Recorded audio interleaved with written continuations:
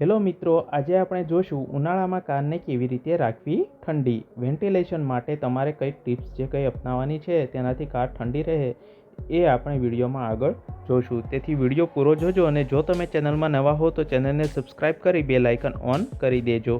તો ચાલો વિડીયો શરૂ કરીએ.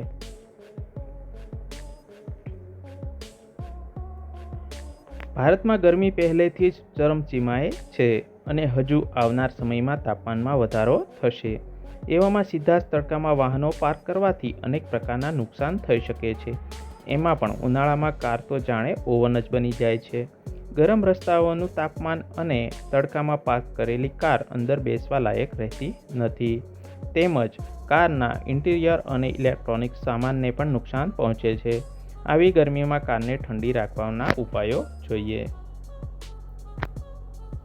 જ્યારે ઉનાળામાં પાર્કિંગની વાત આવે ત્યારે તમારે હંમેશા તમારી કારને છાયામાં જ પાર્ક કરવી, એટલે કે કારને છાયામાં પાર્ક કરો. તમારા વાહનને સીધા સૂર્યપ્રકાશથી બચાવવા માટે ઝાડ કે બિલ્ડિંગના છાયામાં અથવા ઢંકાયેલ પાર્કિંગમાં પાર્ક કરવી જોઈએ. તમારી કારને છાયડામાં થોડી મિનિટો પણ પાર્ક કરવાથી ઘણો ફેર પડે છે. બીજું કે સનશેડમાં રોકાણ કરો. કારની વિન્ડશીલ્ડ માટે સનશેડ રાખવા જોઈએ, જેથી સીધા સૂર્યપ્રકાશ સામે રક્ષણ મેળવી શકાય.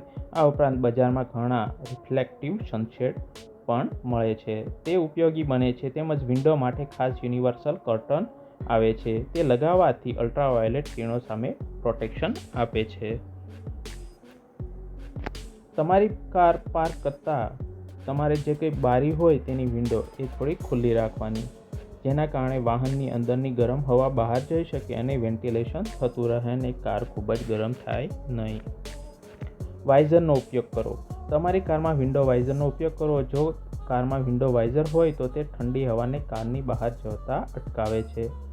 આ તમારી કારનું તાપમાન ઓછું રાખે છે. આ સિવાય એસી પણ તેનું કામ વધુ સારી રીતે કરે છે. Cooling cushion.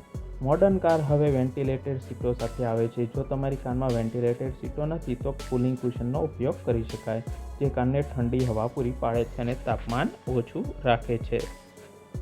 કારનો એસી ચાલુ કરતા પહેલાં થોડો સમય પંખો ચલાવવો. આ સિવાય કારનો એસી ચાલુ કરતા પહેલાં થોડો સમય પંખો ચલાવવો જોઈએ. આ સમય દરમિયાન બારીઓ થોડી ખુલ્લી રાખો, જેથી ગરમ હવા બહાર આવી શકે. જો શક્ય હોય તો ઉનાળામાં વહેલી સવારે અથવા સૂર્યાસ્ત પછી ઠંડા સમયમાં કાર ચલાવો. તો મિત્રો, તમને અહીંયા મેં ઘણી બધી ટિપ્સ અપનાવી, તેમાંથી તમે કોઈ પણ યુઝ કરી શકો છો તમારી કારને ઠંડી કરવા માટે. તો વિડીયો સારો લાગ્યો હોય તો લાઈક, શેર અને સબસ્ક્રાઈબ કરજો અને આ વિડીયો તમારા મિત્રોને પણ શેર કરજો. અને જો તમે ચેનલમાં નવા હો તો પ્લીઝ ચેનલને સબસ્ક્રાઈબ કરીને જ જજો.